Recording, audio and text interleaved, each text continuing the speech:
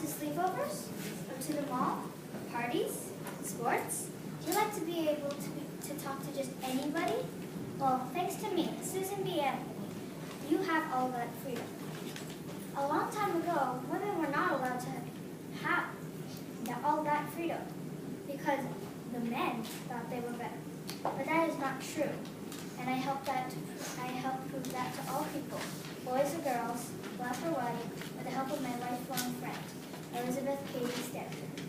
My name is Susan B. Anthony, and I deserve to be recognized in the World Hall of Fame for standing up for women's rights and equality for all. One reason that I deserve to be in the World Hall of Fame is that I never gave up my mission to make my gender equal to those of the men. Another reason is that I didn't only stand up for women, I also stood up for the victims of slavery. The last reason is that I stood up for my rights, for women, for equality. Men thought they were better than women, so that inspired me to become a women's rights activist. For example, one day I came home from Granny's farm and went to the kitchen to help make dinner for my five family members. And Mom asked me to sing to my baby brother. I asked her why she couldn't sing herself. Then she said the weirdest thing. She isn't allowed to. Then she explained to me that she would love to, but men don't think it's right for women to sing. That is just cruel, I told back. Another example of women being treated unfairly is that they were paid unfairly compared to the men. When I got older, I signed up to be a teacher. I loved teaching kids. They were a giant handful, full of 30 children, but I loved them dearly. A month later, I got paid. Finally, but I didn't just go for the money. I did it for the love of teaching. But soon after, I found that I was treated way unfairly along with many other female teachers. We were being paid $2.50 a month, while the men got $10. What? This really made me mad, so that confirmed that I was going to stand up for myself and stop being a doormat. Here's one of my quotes.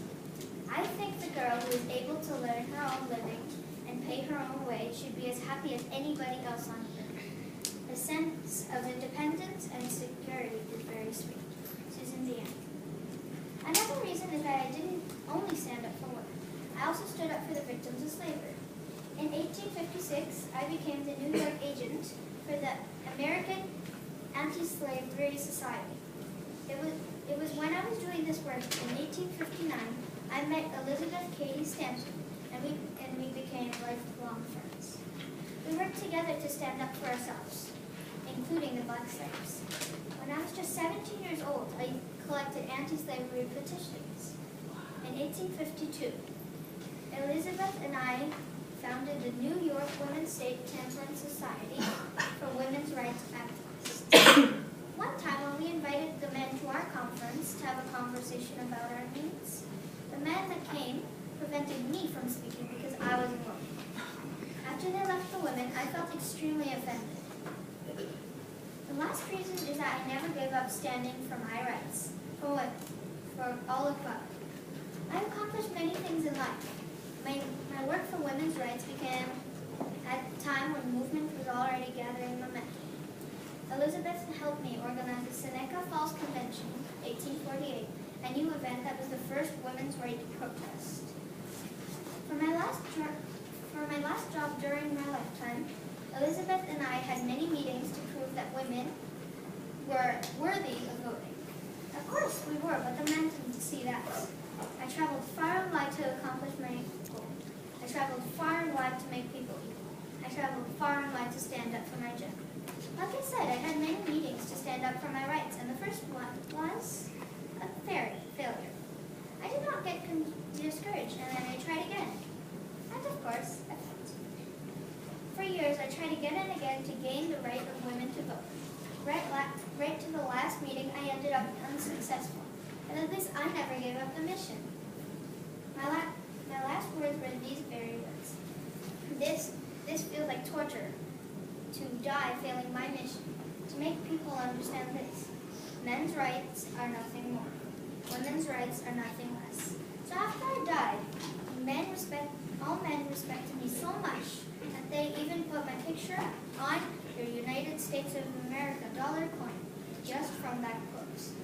But my mission I thought was a fail turned out to be a great success after I passed away. After I died, all men respected women as if they were themselves. Also, I was a great influence to many people, like Rosa Parks and Malala Yousafzai. I made a big difference in the world by standing up for my gender and making men and women equal.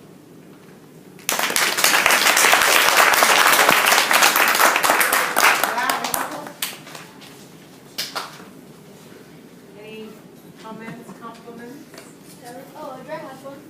Andrea, what would you like to say? I liked when you put the quote, and I liked your ending, and you used a repetitive phrase. I really liked that. It's really effective. Well done. Okay, we've got a